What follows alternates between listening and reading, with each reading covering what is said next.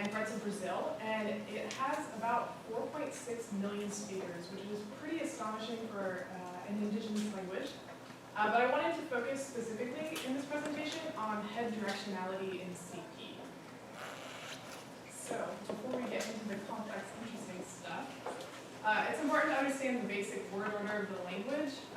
Much like English, the language is subject, verb, object. So you can see in this example over here, the translation of the sentence into English is the dog kills the cat. So we have a very basic subject, followed by a verb, followed by an object. And then a little bit of terminology here. So the head of a phrase is what determines the syntactic category of the phrase. And so an example of a head would be like noun for noun phrase, determiner for determiner phrase, verb for verb phrase.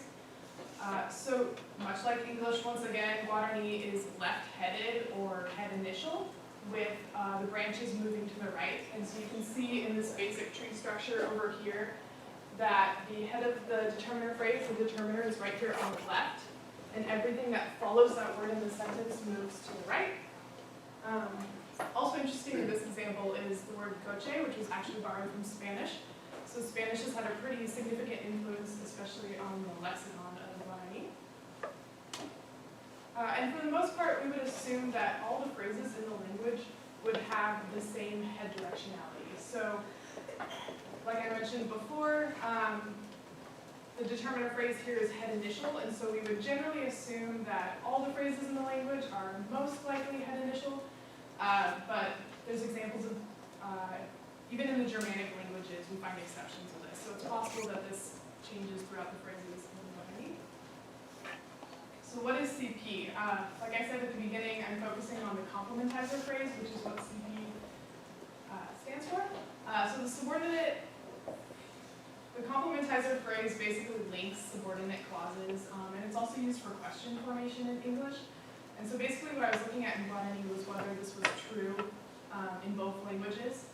And so in the head position, we find words like that, if, whether, why, when. So these would be designated as C, our complementizer in the tree structure. So if you look at an example sentence from Guarani, this translates to he said that he lives here. We have our subordinate clause that's introduced with our complementizer that he lives here. But what's already interesting looking at the Guarani data is we have two verbs here that precede the complementizer that or ha. Whereas in English, this word that is actually separating the two verbs. So there's already a few differences here, and you'll notice that the subject is in parentheses as well as the past tense marker. So there's something weird going on in Guarani where the subject is actually optional, and so is the tense. So, just to provide some context, here's an example of that sentence in English. We generally assume that every clause is a tense phrase, and so we have our two tense phrases here with CP separating the two in the middle. And then our complementizer that is right here. And so in this sentence we have our subject, verb, complementizer, and then another subject and verb. So C in the head initial position here just fits nicely in the middle on the left. But then if we apply this exact same structure to Guarani, we end up with incorrect word order. And so clearly something's going on here where the head directionality is either changing just in this phrase or something else is happening. So if we diagram this like English and put ha right here, we end up with ha separating the two verbs. Whereas in the correct syntax, we would have both verbs preceding ha. So because of this, basically this realization and conclusion, I proposed that C was actually head final in Guarani. So it would be on the completely opposite side of the tree over here. And once it was over there and we had the normal movement in the syntax, we would end up with the correct word order. But then, after I assumed that in subordinate clauses, C was head final, I started looking at questions, and this contradicted everything I had assumed up to this point. So basically, when you start looking at questions in Guarani, which are, questions are part of CP in English, so I would assume that they were also in Guarani. But when you look at CP and the questions, you find that C actually does have to be head initial. So if we look at this example specifically, we have our question word move here, and we would hypothesize that the question word is actually a complement, or in some cases an adjunct to the verb over here, and that it would raise to the CP specifier position, because we would want our question to begin with that question phrase. And then we have this interesting little particle pa here, which is a question marker and just a single word. So it makes sense to put pa in the C position, but then we want pa to be somewhere near the question phrase so they can attach and both initiate the question. So in questions at least, it appears that C actually is head initial like every other phrase type in this language. The question, after looking at subordinate clauses and question formation and everything so far, is like, is C head final or is it head initial? And it really can't be both.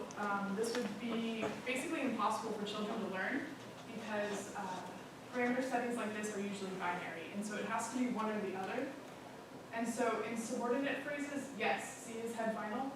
In questions, no. So is CP two separate phrase types in Guarani?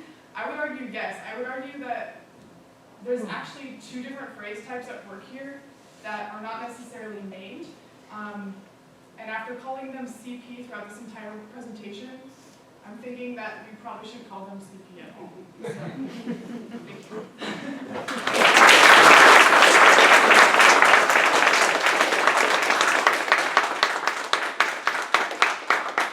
Questions for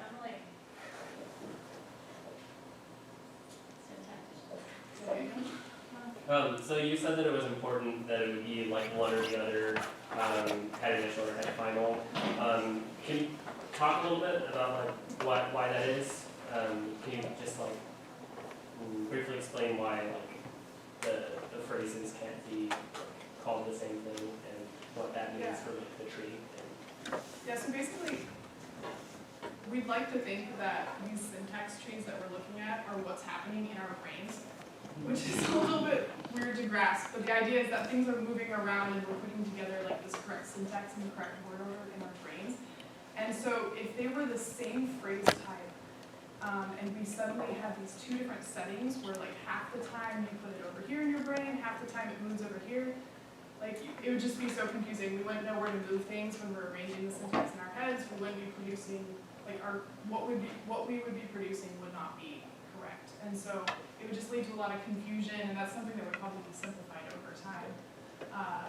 So actually I think when I wrote my original paper, I started calling one of the phrase types just subordinate phrase. So I've heard it be explained as like switches that you have to activate in your brain. Would that be accurate? So like it would be a separate switch for like both types of CP that would have to be activated because it can't be both in the brain. You know, it can't be one switch that's like flickered like that. Yeah, no. It would have to be two completely separate switches. Yeah. So complementizers like connect to two tense phrases. That'd be a good like statement to make, right? Yeah. Is there a reason why it couldn't be two tense phrases next to each other and the complementizer connecting them after? Just how to clarify two tense phrases where you said next to each other? So yes. So the two verbs, like tense phrase, verb phrase. Tense phrase, verb phrase, complementizer to link the two prior verb phrases. Instead of saying that CP is in the middle here, it's somewhere down here. It's directly after that second verb phrase, but still in that initial. Is there a reason to why that can be the case? So there's some debate whether or not every phrase is actually like a part of, or every clause is actually part of CP. And so because many people place every single clause within TP and then put that TP within a CP, it's possible that we would even have like a second CP above this whole structural level. And so it just makes more sense to embed them. I don't know if that answers your question. So Tabitha's deep in the analysis of Sanskrit herself right now, so maybe looking for some. Did you look at embedded questions, Emily, at all? I didn't. Because might be a place where you would see whether or not that particle, I can't remember what the word is. Oh, pop. Yeah, the Q particle still shows up in an embedded question, which would suggest that it is a complementizer, because that's where you get, I wonder where you live. yeah. So like if you looked at I wonder where you lived, you get I wonder where you live, right?